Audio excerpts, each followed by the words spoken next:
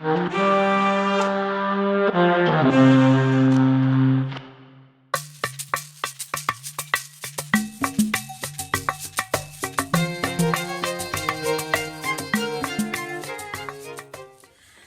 morning. My name is Antonia and I am telling you the folk tales of Tobago. Jumbie beads, we picking the jumbie beads. Jumbie beads, we picking the jumbie beads. If jumbie beads could I tell a story, we picking the jumbie beads. If jumbie beads could I tell a story, we picking the jumbie beads. If jumbie beads could have talk, it would have tell you about the mystical creatures that used to roam the land at night. It had the Lajables, the Lagaou, Papabois, fairy maids, and Douens. Now, back then, these creatures mostly used to come out at night, as I said before, but it didn't have much street lights. So the villagers imposed on themselves a curfew of 6 p.m. By 6 p.m., all the children must be in their houses, and anyone who dared to go out after 6, sad be their portion. Now, Douens are childlike creatures. Their blank faces are covered by big straw hats. Their bodies clothed in burlap, and their feet are turned backwards. Now, Douens loved to play and sing and engage in all kind of games that would entice children to follow them. And often enough, children were fooled into joining the games. Now, the jumbie beads told me about Marylyn's story. Marylin was a tomboy, and she used to love to run down by the river and spend whole day catching crayfish and swimming with her friends. Much to the dismay of her mother, Marylin loved to play more than she loved to do chores. And that mean her mother would be hollering her name all day just to get her to do the work. This is Miss Marcia. Marilyn, go and wash the wares. No answer. Marilyn, I said to go and wash the wares. No answer. Marilyn, where going? You wash the wares as yet? That time, Marilyn just escaping beyond the mango tree on she way down to the river. No, she was going down there to catch crayfish, and as usual, she's spending whole day. She down by the river, and she lost track of time. She down there, she's searching for crayfish below the stones, and before you know it, it get dark. But that didn't matter Marilyn. Marilyn was just concerned with playing and having fun. So she continued to scavenge below the rocks for crayfish to put in she dress pocket. She looking below the rocks for crayfish, looking below the rocks for crayfish. And just as she saw a big claw peep out from below a rock, and she was reaching for it, she heard the voices of children up ahead. And it sounded like they were playing games. Lalick, pee up bed.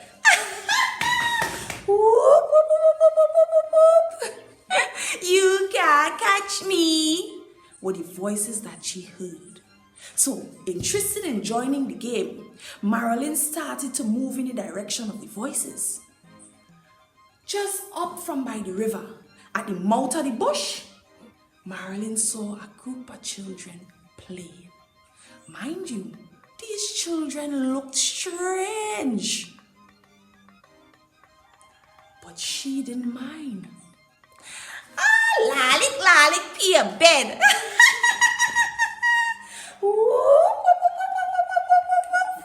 Were the children playing? and one of them turned in Marilyn's direction and without looking at her said, "Marilyn, you want to come and play? Lalik, lalik." And without missing a beat, the child went straight back to playing with the others. Marilyn, excited and slightly suspicious but not concerned, run in their direction. "Yes, I want to play." And the more she ran after them, is the further away they got. The more she ran after them, is the further away. It's like she couldn't catch up. So Marilyn was bolting behind these children. Now back at home, Miss Marcia was worried because it usually just took 10 hollering to get Marilyn to come home. Man, she was so worried that she bawled out to the neighbor Esther. "Esther, call out to Marilyn and see if you could get she there for me." And Esther started to holler for Marilyn. "Marilyn!" No answer. Oh my goodness, where this child could be. Frantic, Miss Marcia ran to all the neighbors, rounding them up to help her go and look for Marilyn. At that time, night had properly set in. So the neighbors went out in pairs with a pitch oil lamp in hand and the 23rd Psalm on their lips. Man, the air was full with voices hollering, "Marilyn! Marilyn!" But they couldn't find her. They searched in all her usual play spots. Down by the mango tree, no Marilyn. Over cotton piece, no Marilyn. Oh Lord, they checked down by the river. No Marilyn. At this time, everybody was super worried. By that time, everybody gathered up by the mouth of the bush.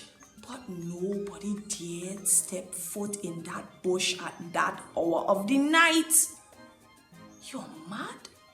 Not even Miss Marcia would go. A feeling of mourning came over the group. People were starting to feel defeated. Just then, Esther remembered something her grandmother said. "Everybody go home," said Esther. "Marilyn will be okay." And then she turned to Miss Marcia and said, "You walk home by yourself and don't say a word, don't utter a sound. When you get home, I want you to gather up these things. You go and get a handful of jumbie bead, get a 10-cent coin, and a pinch of salt and put them in a calabash. Now when you do that, I want you to swish the calabash around. And I want you to sing this song 3 times. Jumbie bead, I pick in the jumbie beads. Jumbie bead, I pick in the jumbie beads. If jumbie beads could I tell a story, I pick in the jumbie beads. It would I tell Marilyn to come back quickly, we pick in the jumbie beads." She says, "Sing that song, and Marilyn gonna be home by day clean, unharmed." So Miss Marcia hurried home and she collected the items. She break a shack and take out a handful of the jumbie beads. She went in she purse and take out a 10-cent piece and she put them in the calabash. She went in the cupboard and she take a pinch of salt and she drop it in the calabash. And she start to swish the calabash around and sing, "Jumbie bead, I pick in the jumbie bead.